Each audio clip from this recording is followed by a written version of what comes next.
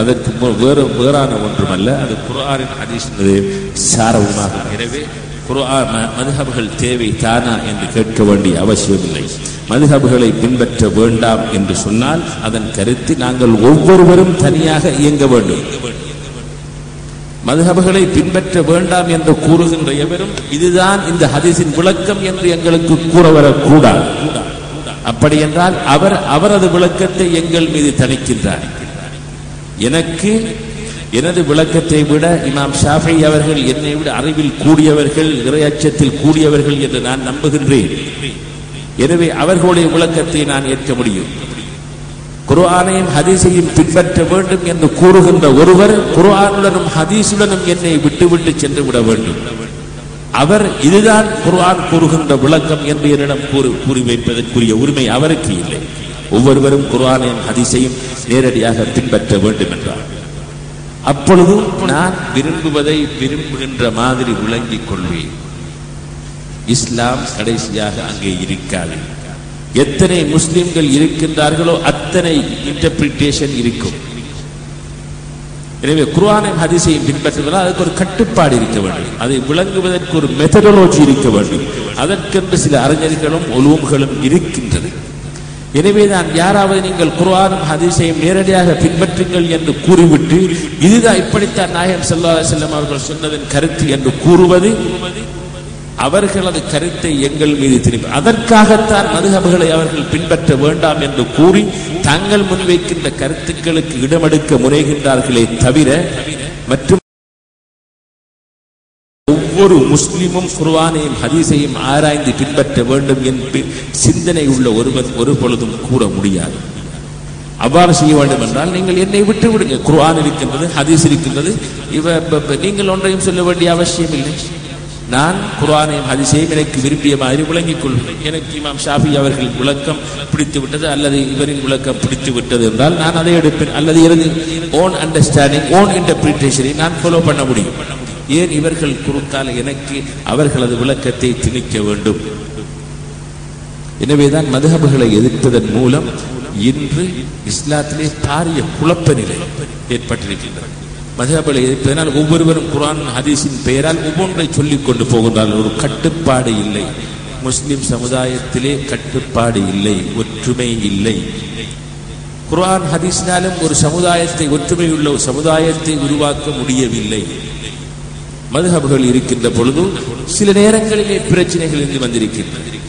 சில நேரம் அது மக்களின் அண்டர்ஸ்டாண்டிங்கில் உள்ள பிள்ளை. சில நேரம் தரிகாக்களுக்கு இடையிலே பிரச்சனை வரும். சில நேரம் அது எப்படி சொன்னால் ஸ்கூல்கள் இருக்கிற பிரச்சனைகள் மாதிரி.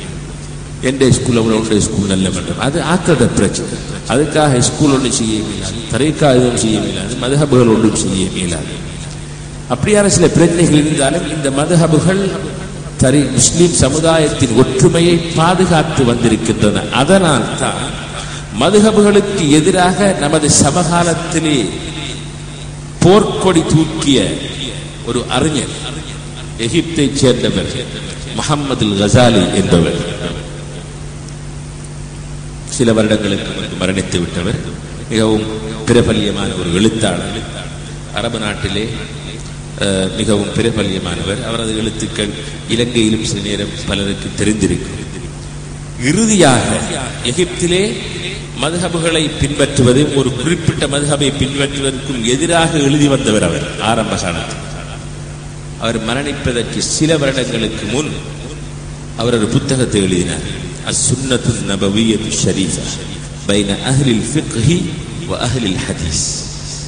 அதாவது ரசூலுல்லாஹ்வுடைய சுன்னah ஹதீஸ் கலை அறிஞர்களுக்கும் ஃபிக்ஹ் கலை அறிஞர்களுக்கும் இடையில் எவ்வாறு அவர்கள் அதை அப்ரோச் பண்ணி இருக்கிறார்கள் என்று போட்டு, ஒருவன் ஒரு ஹதீஸை ரிப்போர்ட் பண்ணுபவனாக இருப்பது அவன் அந்த ஹதீஸை விளங்குவதற்கு தகுதியுள்ளவன் என்பதற்கு ஆதாரமாக அமையாது என்பதை அழகிய முறையிலே எடுத்து காட்டி, சில ஃபிக்ஹ் ஞானம் அற்ற ஹதீஸை குர்ஆனை எவ்வாறு விளங்குவது என்ற மெத்தடாலஜி தெரியாத காரணத்தினால், அதுக்குரிய அறிவு பக்குவம் இல்லாதவர்களாக இருந்து பத்துவா கொடுக்க முயன்ற காரணத்தினால் எப்படிப்பட்ட கருத்துக்களை ஹதீஸ் கலையோடு சம்பந்தப்பட்டவர்கள் கொடுத்திருக்கிறார்கள் எல்லாம் என்பதெல்லாம் அவர்கள் தெளிவுபடுத்திவிட்டு அவர் கூறுகின்றார், எனது இத்தனை கால நீண்ட அனுபவத்தின் பின் முஸ்லிம்களுக்கு நான் சொல்கின்ற ஒரு நசீஹத் என்னவென்றால், ஒவ்வொரு முஸ்லிமும் ஏதோ முஸ்லிம் உலகத்திலே இருக்கின்ற இந்த 4 மதுஹபுகளில் ஒன்றை பின்பற்றுங்கள். அதன் மூலம்தான் இந்த முஸ்லிம் சமுதாயத்தை பாதுகாக்க முடியும். இல்லை என்றால் முஸ்லிம்கள் ஒவ்வொருவரினதும் அளவு எத்தனை முஸ்லிம்கள் இருக்கிறார்களோ அத்தனை அளவு மதுஹபுகள் இருக்க வேண்டி வரும் என்று அவரது நீண்ட கால 70-80 வருட அனுபவங்களின் பின்பு அவர் எழுதி வைத்திருக்கின்றார். மிகவும் இலகுவான விடயம், சிந்தனை உள்ளவர்களுக்கும் நிதானமானவர்களுக்கும் மிகவும் அழகாக விளங்கக்கூடிய ஒரு விடயம். இல்லை என்றால் இமாம் ஸஹபி ஹதீஸ் துறையின் மாபெரும் விற்பனர். இன்று ஒரு ஹதீஸை சரியானதா பிழையானதா என்று அறிவதற்கு அவரின் உதவியை நாங்கள் நாடுகிறோம். அவரின் புத்தகங்களைத்தான் பிரித்து பார்க்கிறோம். அவர் கூட ஏன் ஒரு ஷாஃபிஈ மذஹபை சேர்ந்தவராக இருக்க வேண்டும்? உள்ள ஹதீஸ்கள் எல்லாம் அவரிடமே இருக்கிறது. ஹதீஸ்களை சரியா பிழையா என்று அறிவதற்கு அவரிடம்தான் நாங்கள் சொல்லுவோம். ஏனென்றால் ஹதீஸ் கலையில் தேர்ச்சி பெறுவது வேறு, இஸ்லாமிய சட்டத்துறையில் குர்ஆன் ஹதீஸ் என்ன சொல்கின்றது என்பதை விளங்கி எடுப்பது வேறு துறை. இந்த உலகத்திலே தோன்றிய அண்மை காலம் வரை இன்று மذஹப் தேவை இல்லை என்று கூறுவர்கள் எல்லாம் தங்களது தலைவர்களாக ஏற்றுக்கொள்கின்றவர்கள் கூட ஒரு மذஹபுகளை சார்ந்தவர்களாக இருந்தார்கள். இமாம் இப்னு ஹஜர் அல் அஸ்கலானி ஹதீஸ் துறையிலே அவர்களுக்கு நிகராக யாராவது இருக்கின்றார்களா? அப்படி இருந்தும் சஹீஹுல் புகாரி இமாம் அவர்களுடைய கிரந்தத்திற்கு இன்று உலகம் போற்றுகின்ற விரிவுரையை எழுதிய இமாம் இப்னு ஹஜர் ரலியல்லாஹு தஆலா அன்ஹு அவர்கள் கூட அகீதாவிலே அஷ்அரி மذஹபை பின்பற்றினார்கள், ஃபிக்ஹிலே ஷாஃபிஈ மذஹபை பின்பற்றினார்கள். ஏன்? அவரது வேலை ஹதீஸை ரிப்போர்ட் பண்ணதும் அந்த ஹதீஸுக்குரிய விளக்க உரையை கொடுப்பது, ஹதீஸை விளங்கப்படுத்தி இந்த ஹதீஸுடைய சந்தர்ப்பங்கள் சூழ்நிலைகள், இந்த ஹதீஸ் முந்தியதா இந்த ஹதீஸ் புந்தியதா என்பதை கூறுவதுதான் அவருடைய கடமையாக இருந்து தவிர அதை பிரித்தறிந்து அதில் உள்ள அஹ்காம்களை எடுக்கக்கூடிய சக்தி அவரிடம் இருக்கின்றது என்று அவர் நம்பவில்லை. நாங்கள் நம்புகின்றோம் அவரிடம் இருந்தது. ஆனால் அவர்களிடம் பணிவு இருந்தது. தன்னை விட சிறந்த அறிஞர்கள் விளங்கிச் சொல்வதற்கு இருக்கின்றார்கள். எனவே நாம் ஏன் அதிலே கை போட வேண்டும் என்று அல்லாஹ்வை அவர்கள் பயந்தார்கள். அதனால் அவர்களும் ஒரு மذஹபை பின்பற்றினார்கள். இஸ்லாமிய வரலாற்றிலே தோன்றிய இப்னு ஹுஸைமா, இமாம் இப்னு ஹுஸைமா அவர்கள் ஹதீஸ் துறையிலே மாபெரும் விற்பனர். ஆனால் ஏன் ஷாஃபிஈ மذஹபை அவர்கள் பின்பற்ற வேண்டும்? ஹதீஸை படித்திருப்பதனால் ஒருவன் மذஹபுகளை தேவையில்லை என்று கூற முடியும் என்றால், ஹதீஸ் துறையிலே தேர்ச்சி பெற்ற முன்னோடிகளான இமாம்கள் ஏன் மذஹபுகளை பின்பற்றி இருந்தார்கள் என்பதை பற்றி நாங்கள் யோசிக்க கூடாது. எனவேதான் இஸ்லாத்திலே நாங்கள் இஜ்திஹாத் பண்ண வேண்டிய விஷயம். இன்று நடைமுறையிலே உள்ள பிரச்சனைகளும் காலத்திற்கும் சூழலுக்கும் ஏற்ப மாறக்கூடிய பிரச்சனைகள். மற்ற விடயங்களிலே நாங்கள் மீண்டும் மீண்டும் ஆராய்ச்சி செய்து நேரத்தை செலவு செய்வதில் என்ன பிரயோஜனம் இருக்கிறது? தக்பீரை கட்டுவது எவ்வாறு, கையில் விரலை அத்தஹியாத்தில் வைப்பது எவ்வாறு, தராவீஹ் 8 ரக்காத்தா 20 ரக்காத்தா என்பதை பற்றிய பிரச்சனைகள் எல்லாம் தீர்ப்பு கொடுப்பதற்கு இன்று புதிதாக ஒரு ஹதீஸும் வரப்போவதில்லை, வர முடியாது. எனவே இதுவரை காலமும் உலமாக்களால் செய்யப்பட்ட ஆராய்ச்சிகளின் முடிவுகளை ஏற்றுக்கொண்டு